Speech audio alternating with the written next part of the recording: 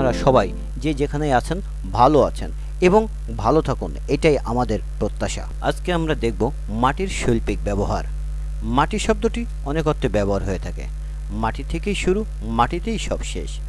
মাটির গুণের কোনো শেষ নেই, হাজারো গুণে গুণান্বিত মাটি। আজকে আমরা সেই মাটির হাজারো গুণের একটি বিষয় নিয়ে আপনাদের সামনে উপস্থিত হয়েছি। আজ আমরা দেখব মাটিকে ব্যবহার করে কিভাবে তৈরি হয় একসময়ের দৈনন্দিন তৈজসপত্র বা বর্তমান সময়ের আধুনিক ভাষায় মৃৎশিল্পের তৈরি শৌখিন তৈজসপত্র। সাথেই থাকুন। আমরা এসেছি যশোর জেলার সদর উপজেলার কচুয়া ইউনিয়নের ৩ নং ওয়ার্ডের পালপাড়ায়।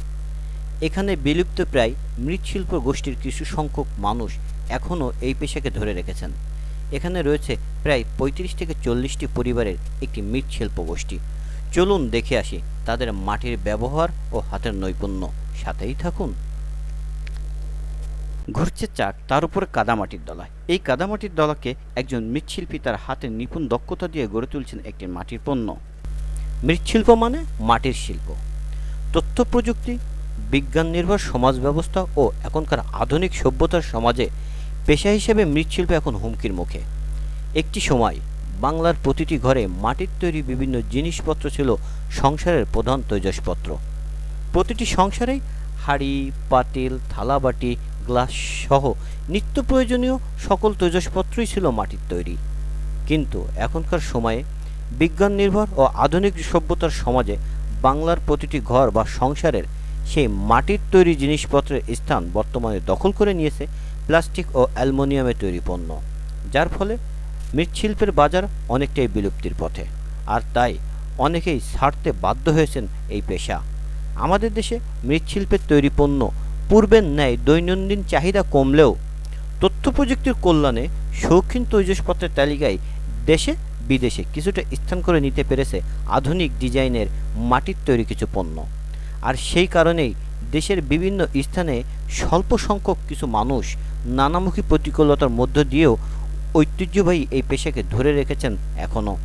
তাদের উৎপাদিত মাটির তৈরি তৈজসপত্র দেশের শৌখিন শ্রেণীর ক্রেতাদের চাহিদা মিটিয়ে রপ্তানি হচ্ছে আন্তর্জাতিক বাজারে।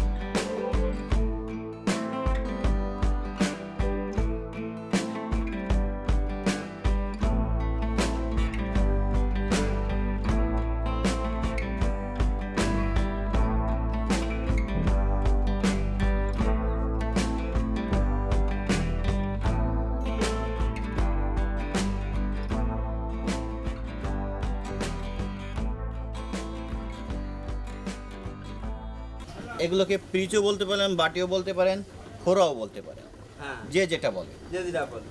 তো এখন এখানে এই যে ভ্যানের উপরে সাজা রাখা হয়েছে, এর যে রংটি দেখতে পাচ্ছেন আদতে কিন্তু এটি পোড়ানোর পর তার এই রূপ ধারণ হয়েছে এবং এটি এখন সম্পূর্ণরূপে ব্যবহারের উপযোগী। এটিকে এখন দিয়ে দেওয়া হচ্ছে বিভিন্ন বাণিজ্যিক প্রতিষ্ঠানে। এটা সেখান থেকে খুচরা বিক্রি হবে, চলে যাবে আপনার আমার ঘরে, শুভ পাবে শৌখিন তৈজসপত্রের তালিকায়।